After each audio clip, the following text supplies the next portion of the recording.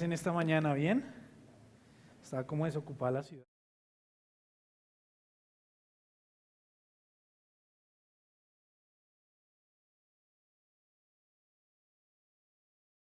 Hermanos, es un privilegio poder venir nuevamente a traer la palabra del Señor.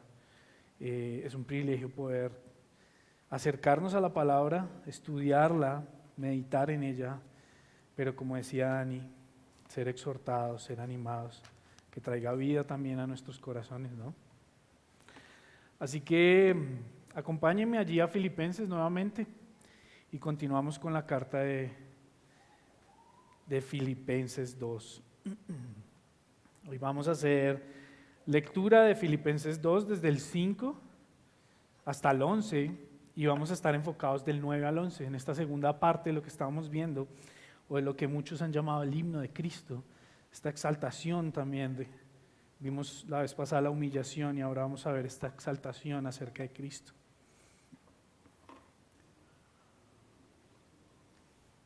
Así que acompáñame, hacemos lectura y luego hacemos una breve oración.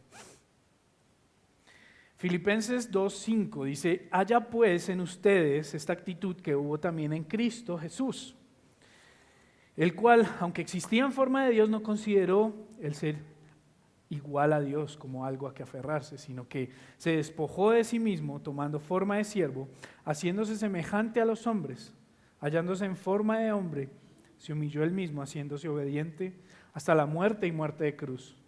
Por lo cual Dios también lo exaltó hasta lo sumo y le confirió el nombre que es sobre todo nombre, para que el nombre de Jesús se doble, para que al nombre de Jesús se doble toda rodilla de los que están en el cielo, en la tierra y debajo de la tierra, y toda lengua confiese que Jesucristo es Señor, para gloria de Dios Padre. Señor, hoy vengo delante de ti, Padre Santo, a pedir, Señor, de la guía de tu Espíritu, Dios. Hoy venimos frente a esta palabra, Señor, solicitando, Señor, que sea tu Espíritu la que nos ayude, Señor, a entender, nos capacite, Señor. Hoy vengo sabiendo mis limitaciones, Dios, y rogando que tu palabra, Señor, traiga vida, ánimo, Señor, a nuestros corazones. En el nombre de Cristo. Amén. Hermanos, he llamado mi sermón: el final no es la cruz, la esperanza es mayor.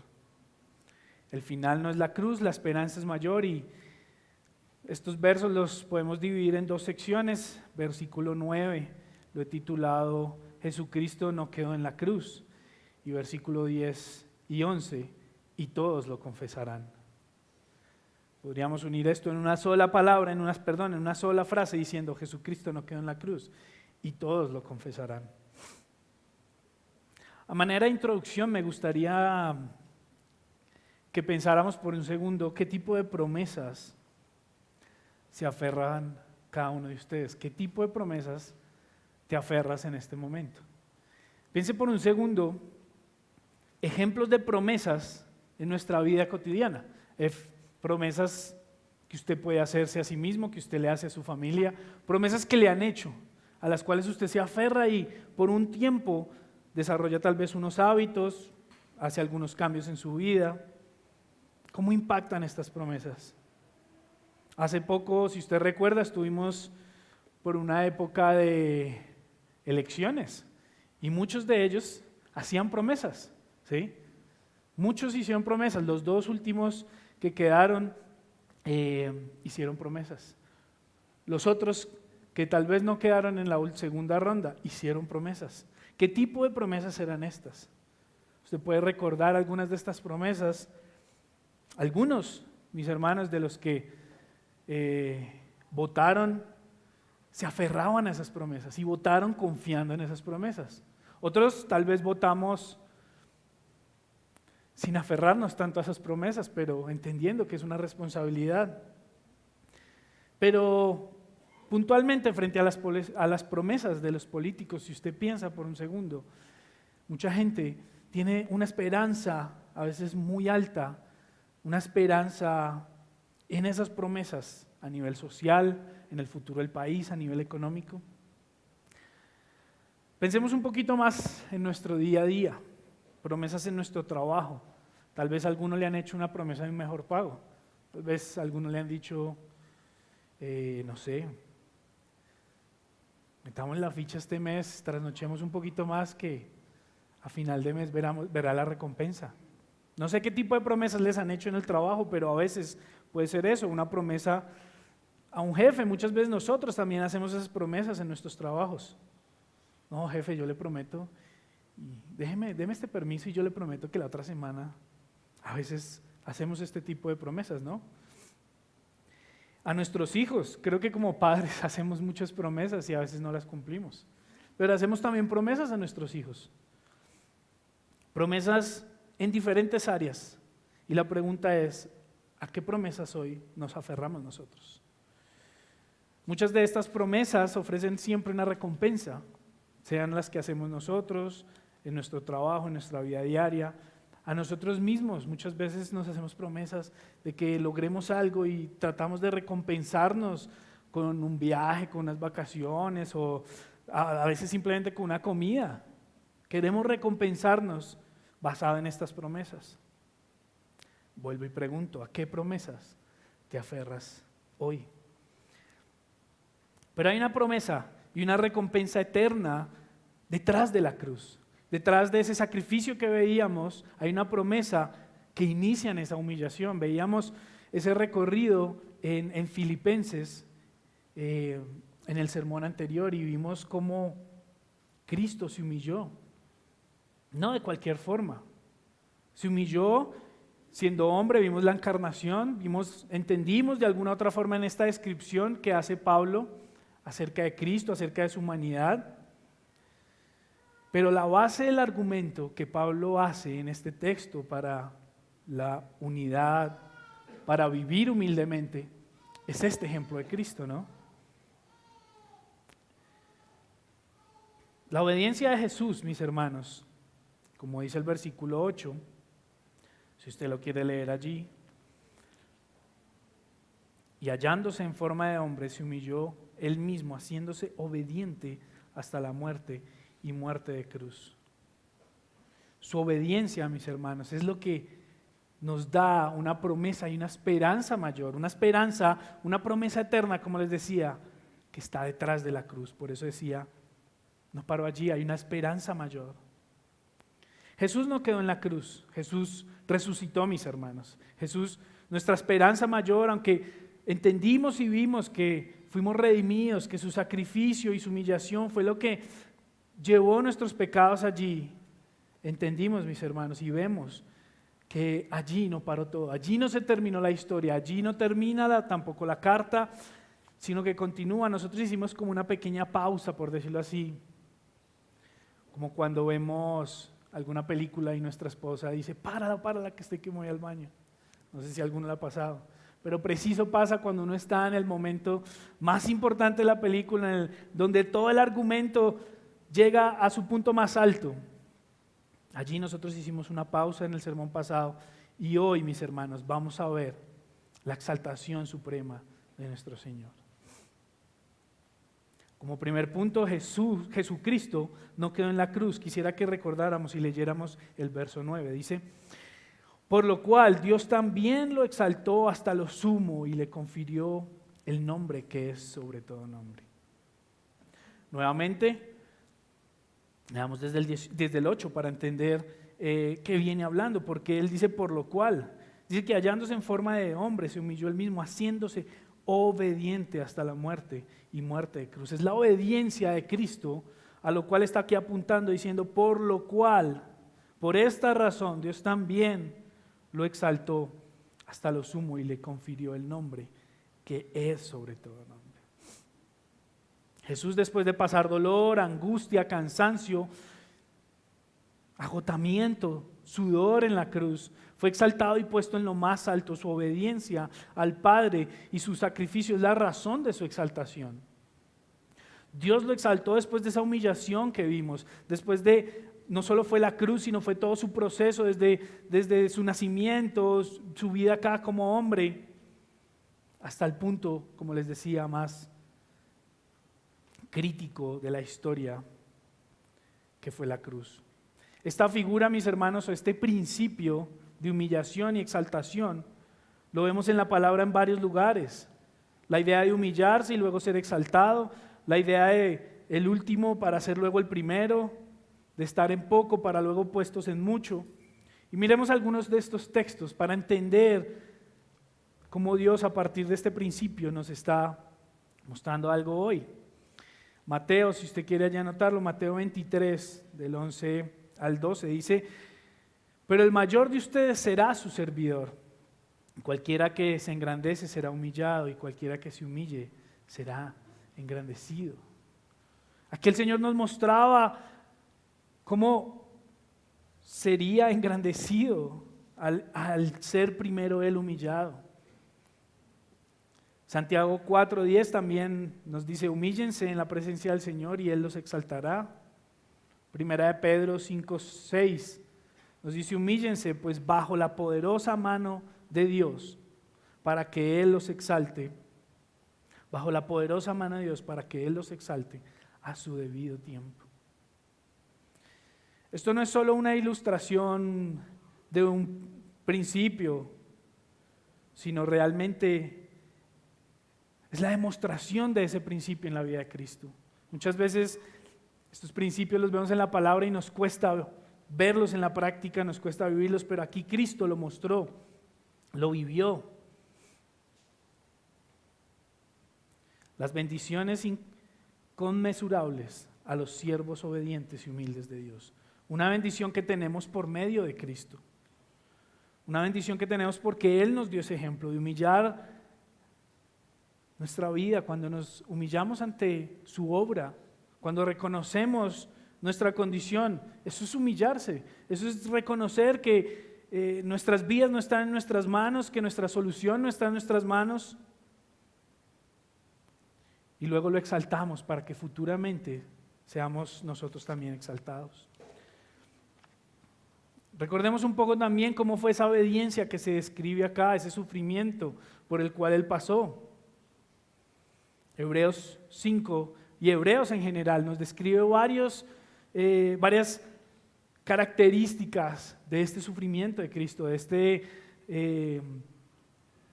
pasar de Cristo, de esta encarnación de Cristo en esta tierra, de ese sufrimiento, y cómo eso es lo que lo llevó realmente a poder ser ese sumo sacerdote o ese sumo puesto por encima de todo, como sacrificio sumo también para perdón de nuestros pecados. Hebreos 5, del 5 al 8, dice: de la misma manera Cristo no se glorificó a Él mismo para hacerse sumo sacerdote, sino que lo glorificó el que le dijo: hijo mío, eres tú, yo te he engendrado hoy. Una pausa ahí. Aquí lo que se está refiriendo el autor de Hebreos es que no fue un hombre, ni fue Él mismo Cristo el que se puso como sumo sacerdote, es decir, no fue para su propia gloria, sino fue Dios mismo diciendo: hijo mío, eres tú, yo te he engendrado. Y en el versículo 6 dice: como también, dice en otro pasaje, tú eres sacerdote para siempre, según el orden de Melquisedec. Cristo en los días de su carne, habiendo ofrecido oraciones y súplicas con gran clamor y lágrimas, al que lo podía librar de la muerte, fue oído a causa de su temor reverente. Versículo 8, Hebreos 5:8 dice: aunque era hijo, aprendió obediencia por lo que padeció. Su obediencia en la cruz, su humillación en la cruz y luego su exaltación, mis hermanos, es lo que quiere aquí Pablo poner como fundamento para ese comportamiento en nuestra unidad como iglesia, en nuestra unidad como hermanos. No es simplemente un mandato o un llamamiento que Él hace exigiendo algo, sino pone como muestra y como prueba el ejemplo de Cristo. Veamos un poco esa agonía, recordemos un poco esa agonía la cual Jesús vivió. ¿Cuál fue esa obediencia que dice que aprendió obediencia? Siendo hijo aprendió obediencia. Miremos Lucas 22. Si usted lo quiere anotar allí, Lucas 22, 42, 44. Recordemos, este pasaje tal vez tan famoso. Dice, Padre, si es tu voluntad, aparta de mí esta copa. Pero no se haga mi voluntad sino la tuya. Entonces se apareció un ángel del cielo que lo fortalecía. Y estando en agonía oraba con mucho fervor. Y su sudor se volvió grueso, como gruesas gotas de sangre que caían sobre la tierra. A veces vemos la obediencia de Cristo como algo pasajero, como algo que tal vez simplemente lo relacionamos con que bueno, pues Él era bueno, Él era perfecto, era Dios, pues no le costaba obedecer. Pero vemos acá en esta descripción cuánto sufrió para obedecer al ir a esa muerte y muerte en cruz. No era algo menor. Y no fue el final de su obra, como lo decía, no fue el final de la obra que Él hizo por nosotros. Detrás de la cruz, mis hermanos, detrás de este sacrificio hay una promesa, hay una recompensa eterna para todos los que se identifican, para todos los que confiesan, para todos los que reconocen ese sacrificio y su resurrección. Ahora vemos desde estos versos cómo esa exaltación se ve reflejada en su resurrección y su coronación. Cómo esa exaltación de ponerlo por encima de todo está sobre esta base de su resurrección. Si en los versos anteriores, hasta el 8, desde el 5, 6 hasta el 8, veíamos esta escalera descendiente, esta escalera que iba descendiendo en la humillación poco a poco. Recordamos, iniciamos en Jesús siendo Dios, en esencia de Dios, en su naturaleza, y poco a poco humillándose hasta la muerte en cruz. Ahora en el versículo 9 vemos esta gran escalera, mis hermanos, que llegará a lo más alto de la exaltación de Cristo, que inicia con su resurrección, que inicia con el momento en el cual María Magdalena entra allí a la tumba y está desocupada. En Marcos se nos describe y en los evangelios se nos describe esto, pero veamos Marcos 16, desde el versículo 4, desde el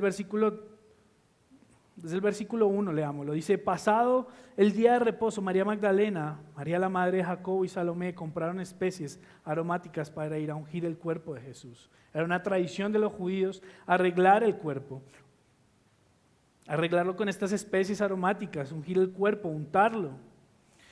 Versículo 2, y muy de mañana, el primer día de la semana, llegaron al sepulcro cuando el sol ya había salido. Madrugaron a ir a arreglar el cuerpo. Versículo 3, y se decían unas a otras, ¿quién nos removerá la piedra? ¿Quién nos removerá la piedra de la entrada del sepulcro? Es decir, ellas se preguntaban, bueno, vamos a entrar para poder alistar el cuerpo, pero ¿quién va a mover esta gran piedra? Versículo 4, cuando levantaron los ojos, vieron que la piedra, aunque era sumamente grande, había sido removida. Entrando en el sepulcro, vieron a un joven sentado al lado derecho, vestido de ropaje blanco. Ellas se asustaron. Pero Él les dijo, no se asusten, ustedes buscan a Jesús el Nazareno, el que fue crucificado. Miren lo que dice, ha resucitado, no está aquí. Miren el lugar donde lo pusieron. Pero vayan, digan a sus discípulos y a Pedro, Él va delante de ustedes a Galilea, allí lo verán, tal como les dijo.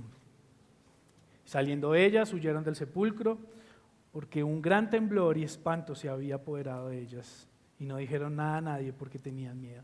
Imagínense esta escena, mis hermanos. Imagínense el momento donde el maestro, donde Jesús fue crucificado, y ellas van allí.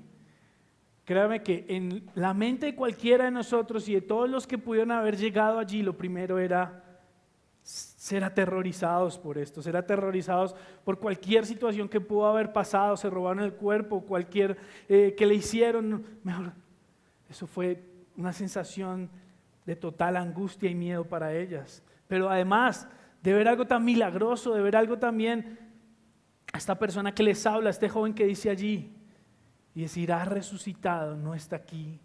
Mis hermanos, cuando Pablo en su carta a los Filipenses nos muestra que fue puesto Jesús, que fue puesto por encima de todos, que fue exaltado, está en su mente posiblemente recordando la resurrección de Cristo, recordando ese momento milagroso donde Cristo fue levantado de la muerte, fue levantado de la tumba, porque fue santo. Pedro en Hechos también, en su gran sermón en Pentecostés, dice lo siguiente, Hechos 2:22.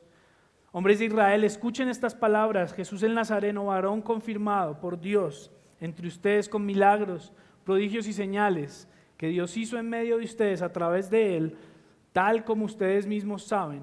Este fue entregado por el plan predeterminado y previo conocimiento de Dios.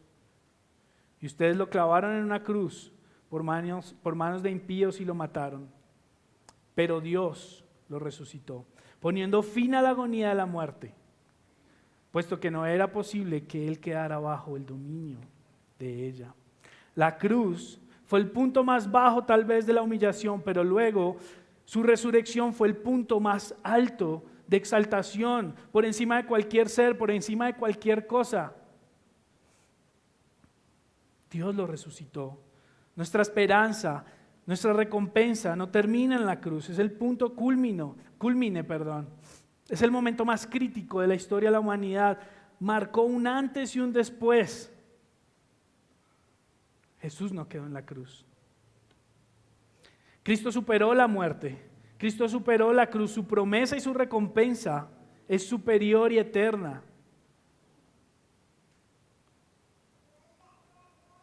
Y al superar la cruz, mis hermanos, al superar la muerte, porque como dice Pedro, al relatar en su discurso en Hechos, dice que no pudo tener dominio la muerte no tuvo dominio.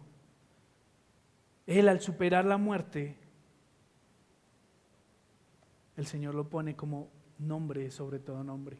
No había otro, no había ninguno otro que hubiera tenido esta experiencia de ser exaltado de tal forma. Dios no podía exaltar a ningún otro hombre, por más de que durante la historia, durante el Antiguo Testamento veamos hombres que fueron exaltados, reyes que fueron puestos en tronos y en lugares altos. Ninguno de ellos había sido puesto tan alto como el nombre que es sobre todo nombre. Hebreos 2:9 dice, coronado de gloria y honor a causa del padecimiento de la muerte, coronado de gloria y honor, para que por la gracia de Dios probara la muerte por todos.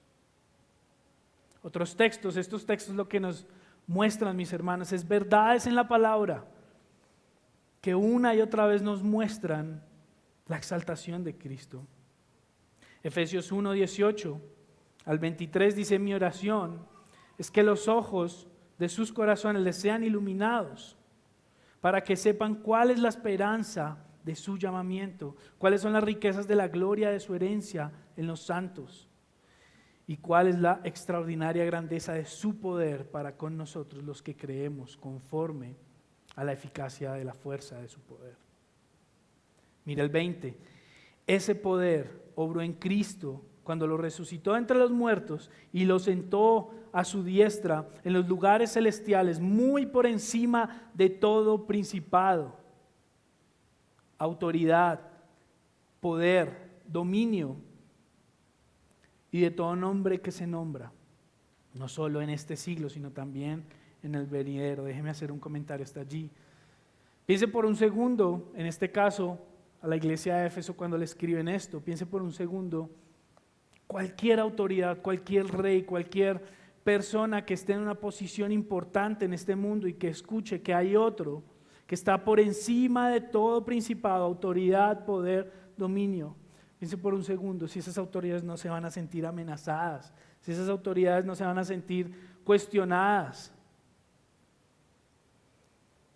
Mira el 22, lo que dice allí en Efesios 1, versículo 22, y todo, absolutamente todo, dice todo, lo sometió bajo sus pies y a él lo dio por cabeza sobre todas las cosas, a la iglesia,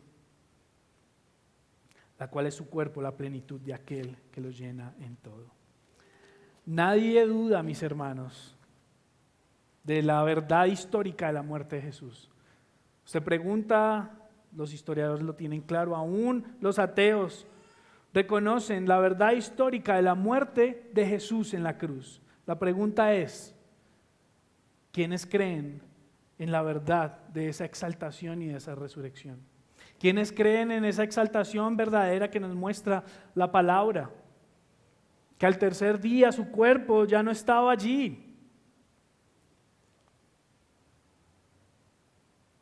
Hasta ahí llega tal vez ese conocimiento intelectual o ese conocimiento que se nos puede dar, reconocer un hecho histórico, pero lo que sigue, mis hermanos, el creer en que fue puesto en los lugares más altos, como veíamos, por encima de cualquier autoridad, que resucitó de los muertos, que fue exaltado y puesto en el trono, mis hermanos.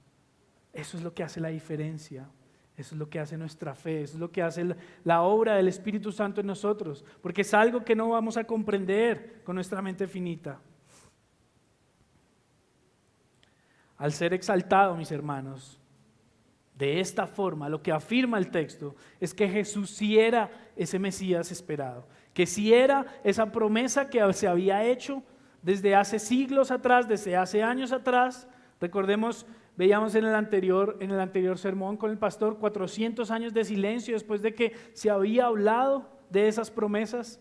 Lo que afirma aquí de que fue exaltado es que Él sí era ese sacerdote eterno, sí era ese rey soberano que esperaba al pueblo. Tal vez no de la forma en la que nuestros corazones pecaminosos esperarían. Tal vez, como lo hemos dicho, esperando un rey social, político o económico, sino un libertador de almas encadenadas por el pecado, un libertador de corazones que solo estaban influenciados por una naturaleza pecaminosa. Pero ojo, aquí debemos hacer tal vez un alto y tal vez alguno entre nosotros pueda pensar acerca de esta verdad, acerca de la resurrección, acerca de la exaltación de Cristo y decir, bueno, pues esa es una verdad válida, esa es su verdad. ¿Y si le sirve? Si le sirve para vivir bien, si le sirve para que usted esté tranquilo, pues está bien para usted. Hoy en día el mundo se expresa de la fe y se expresa de nuestra palabra y de Dios de esta forma, de una forma utilitaria, de una forma en la que cínicamente ve solo esta parte que nuestro conocimiento, que nuestra mente puede entender, y es tal vez esta crucifixión. Hoy en día muchos se refieren a esto y viven de esta forma tal vez, como una utilidad no más para calmar tal vez o para apaciguar esa conciencia que los ataca, esa conciencia que los persigue. Nuestra fe, mis hermanos, no es un amuleto. La resurrección de Cristo no es un amuleto al cual nos aferramos solo cuando lo necesitamos y luego lo desechamos o lo guardamos porque ya no nos es útil. Y lo más triste es que muchos, aún conociendo la verdad, conociendo la enseñanza del Evangelio, conociendo una palabra fiel, conociendo una doctrina pura, sana, muchos aún se han alejado, también con este mismo pensamiento, creyendo que ya no les es útil, creyendo que ya lo han superado, viéndolo como algo tal vez retrógrado, viéndolo como tal vez algo antiguo, que debe ser modernizado, cambiado. Mis hermanos, nuestra palabra y la obra de Cristo no tiene un botón de actualización, de un nuevo sistema. Es una y ha sido para siempre. Vuelvo y pregunto, ¿a qué promesas te aferras? ¿A qué palabras que te han hecho te aferras? La esperanza y la promesa que vemos en la obra de Cristo, no solo en su muerte en la cruz, sino en su resurrección, es mucho mayor que cualquier otra palabra, promesa. Y un día, mis hermanos, un día todos serán conscientes de esta verdad. de esta promesa eterna. Un día estos que tal vez la ven solo de una forma pragmática o de una forma como una utilidad más de su vida, que la podrían reemplazar además por cualquier otra cosa. Hoy en día la gente desafortunadamente está animando mucho a tal vez tener este pensamiento de cuestionar, de desbaratar, de desfragmentar la fe, desfragmentar esos principios y reemplazarlos por otras verdades que pueden soportar eso mismo, que pueden darnos paz, que nos pueden dar amor. Pero nada, mis hermanos, supera este nombre que fue puesto por encima de todo nombre. Como les decía, un día todos, absolutamente todos, serán conscientes de esta verdad. Miremos los versos del 10 al 11, donde yo lo resumo: todos lo confesarán. Dice: para que al nombre de Jesús se doble toda rodilla de los que están en el cielo y en la tierra y debajo de la tierra, y toda lengua confiese que Jesucristo es el Señor, para la gloria de Dios Padre. Aquí podemos ver la razón, el objetivo principal de esta humillación y exaltación de Cristo, de este cuadro hermoso, de esta descripción que creo que en todas las cartas y en la palabra es una de las descripciones más hermosas de la humillación y de la obra de Cristo. Esta es la razón, y la razón es la gloria del Hijo y la gloria del Padre, para que todos, independientemente de su visión, de una visión según influenciada por su cultura, de sus pensamientos, de su crítica del cristianismo, de la religión, de la palabra, un día todos se doblarán de rodillas ante ese nombre. Como lo dicen estos versos, tal vez nosotros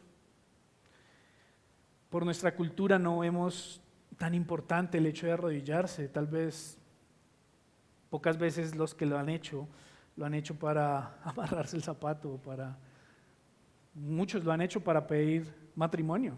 Pero creo que pocas veces nos hemos arrodillado para demostrar que alguien tiene una autoridad, por lo menos yo no. Y trataba de luchar con esta idea de arrodillarse y cómo nosotros en nuestra cultura podemos tal vez pensar en cosas que hacemos para demostrarle a alguien esa autoridad. Tal vez usted en una reunión agacha la cabeza para demostrarle autoridad a alguien. Muchas veces nos paramos cuando viene alguien importante. Cualquiera que sea esa acción que usted piense, tal vez es mi experiencia que tal vez nunca me he arrodillado, tal vez viéndolo en culturas orientales, ellos tienen más esta noción de autoridad. Pero en nosotros, en esta cultura occidental, donde tal vez lo que se hace es cada vez criticar y cuestionar más las autoridades. Piense por un momento en esa acción que usted de pronto tiene idealizada de reconocer esa autoridad mayor. En el día final, en el día del Señor, cuando estemos frente al Hijo y frente al Padre, nadie podrá negar esta autoridad. Nadie podrá decir: no, eso que decían es mentira, ese Jesucristo no resucitó. Porque lo verán, mis hermanos. La palabra nos dice que todos reconocerán esta verdad. Si usted se da cuenta, allí en el texto hay 3 grupos. Dice en el versículo 10: para que al nombre de Jesús se doble toda rodilla de los que están en el cielo, en la tierra y debajo de la tierra. Si usted se da cuenta, estos 3 grupos lo que hacen es énfasis en que absolutamente todos los seres creados, ángeles, seres espirituales, los hombres, todos los hombres, independientemente del momento, de la historia, y todos los demonios y Satanás reconocerán ese día que Él es el Señor. Piense por un segundo esta imagen. Apocalipsis a veces nos muestra estas imágenes grandiosas del trono de Dios y de todos adorándolo. Pero piense un segundo por esta imagen, piense un segundo Tal vez su amigo por el cual usted ha orado y le ha predicado y lo único que ha hecho tal vez es burlarse de pronto de usted, de su pensamiento, de la forma en la que usted cría a sus hijos, o su familiar que lo critica, porque tal vez los tiene en una burbuja. Piense por un segundo en ellos. No con un pensamiento de juzgarlos, sino en amor, entendiendo que ellos también un día se arrodillarán ante este nombre, ante el Señor se arrodillarán y reconocerán que Él es el Señor.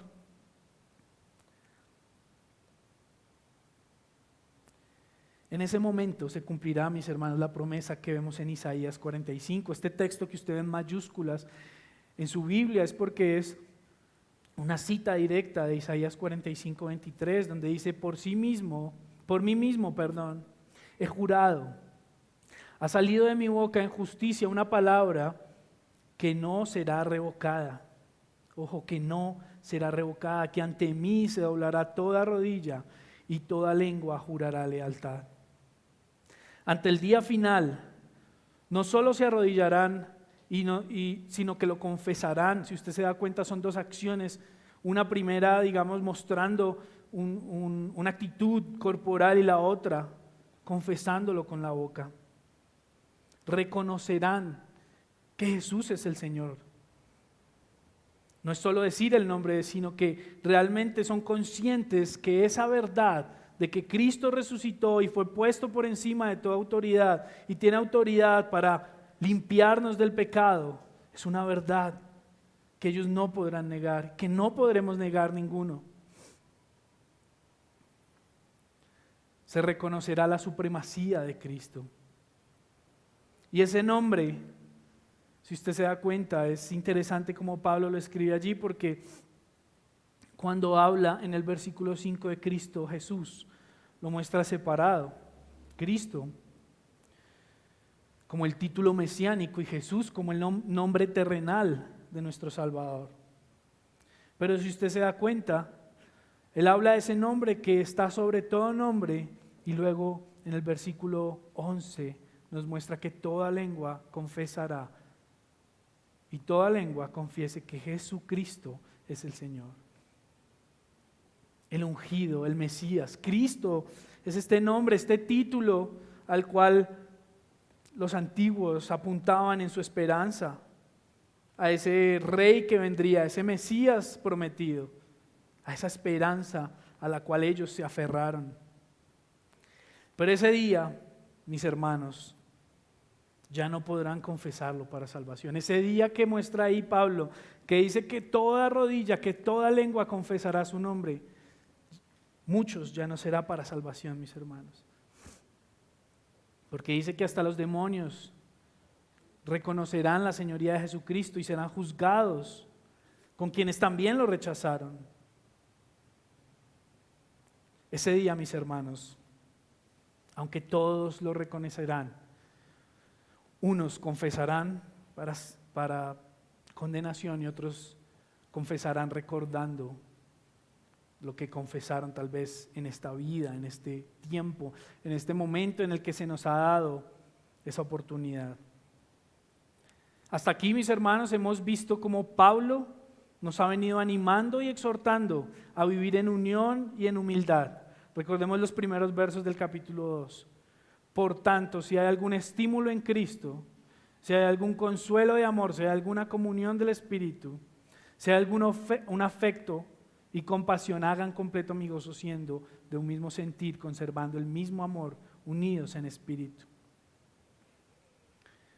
Nos ha exhortado a vivir en unidad como iglesia, como familias, como esposos, como vecinos, como colombianos, en humildad también. No buscando cada uno sus propios intereses, sino más bien los intereses de los demás. Una unión que se nos demanda y se nos muestra con el ejemplo de Cristo. Una humildad que se nos demanda y se nos muestra con el ejemplo de Cristo. Y por medio de creer en ese ejemplo es que podemos hacerlo. Lo podemos hacer práctico en nuestras vidas, en nuestras relaciones, en nuestra misma iglesia, mis hermanos. Un ejemplo que dio su vida sin aferrarse a su posición o a sus derechos siendo Dios, sino que se entregó para ser como nosotros, como dice el texto, para tomar forma de hombre y vivir como nosotros, pero sin pecado.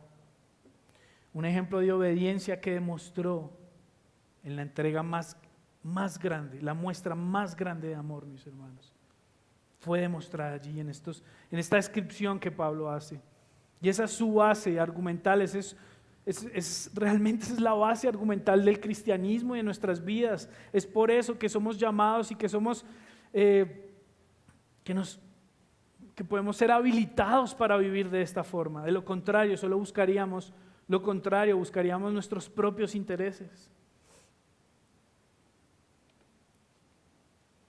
Fue exaltado, mis hermanos, a lo más sublime. Jesucristo fue exaltado. Y hoy, mis hermanos, amigos, visitantes tal vez que vienen por primera vez, hoy estamos ante una gran verdad. Tarde o temprano todos reconocerán quién es Dios y quién es Jesucristo y quién es el Señor. Aún es tiempo. No como lo describe acá, que será un día donde todos ya no tendrán oportunidad, ya no tendrán opción, sino que todos reconocerán. Algunos con dolor, algunos con temor, temblor, otros con alegría y gloria, en la cual nosotros nos aferramos a ser de esos por medio de Cristo, a ser sus hijos, que estaremos allí declarando, reconociendo, diciendo con nuestra boca que Jesucristo es el Señor, para honrarlo y adorarlo. Recuerdan que al comienzo les pregunté, ¿a qué promesas te aferras? Hoy vuelvo y lo pregunto, en este momento lo pregunto, ¿a qué promesas te aferras? Cuando pasamos por momentos de angustia, cuando estamos en momentos de debilidad, cuando pecamos, cuando caemos, ¿a qué promesas te aferras?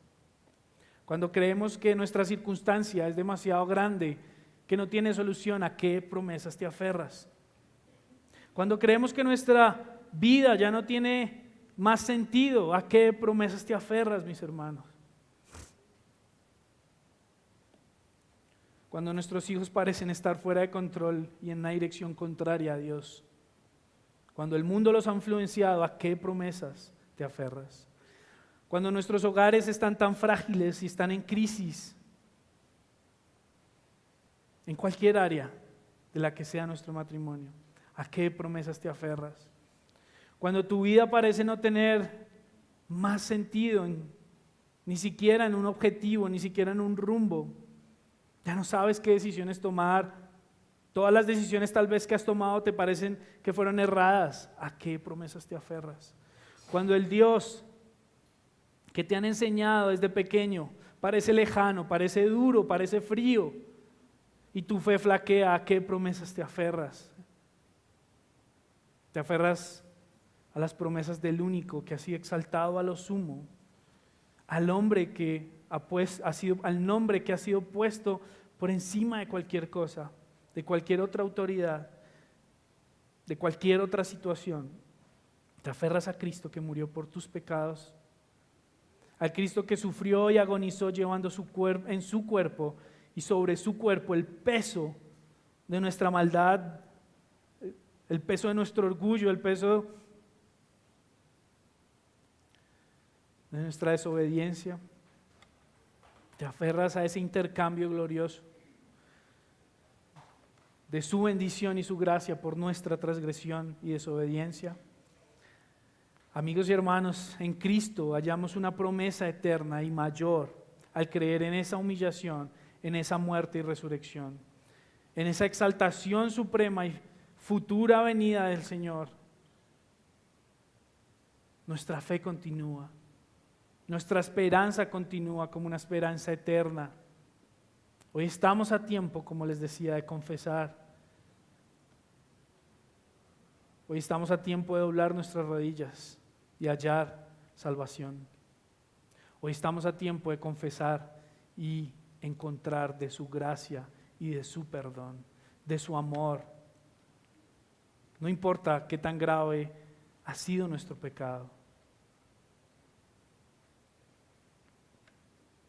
En Él hallamos perdón, restauración. En Él hallamos esperanza y misericordia. Por último, hermanos, déjenme leer Romanos 10:9. Dice lo siguiente: si confiesas con tu boca a Jesús por Señor y crees en tu corazón que Dios lo resucitó de entre los muertos, serás salvo. Es momento de que confesemos. Muchas veces lo hacemos día a día, sin pensarlo, sin creerlo en el corazón. Tal vez muchos crecimos en el Evangelio, crecimos en una iglesia, desde chiquitos estamos acostumbrados a una rutina, pero tal vez en nuestro corazón no creemos que realmente Él resucitó entre los muertos y murió por nuestros pecados.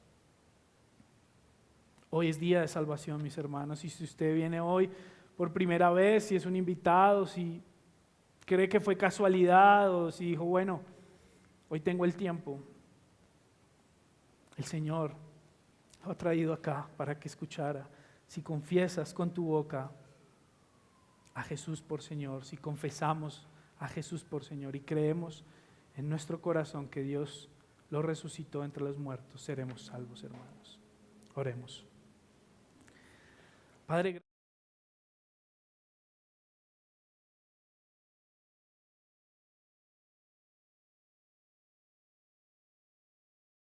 promesa hecha por hombres mayor que la promesa de tu palabra, Señor, que la promesa de que seremos perdonados.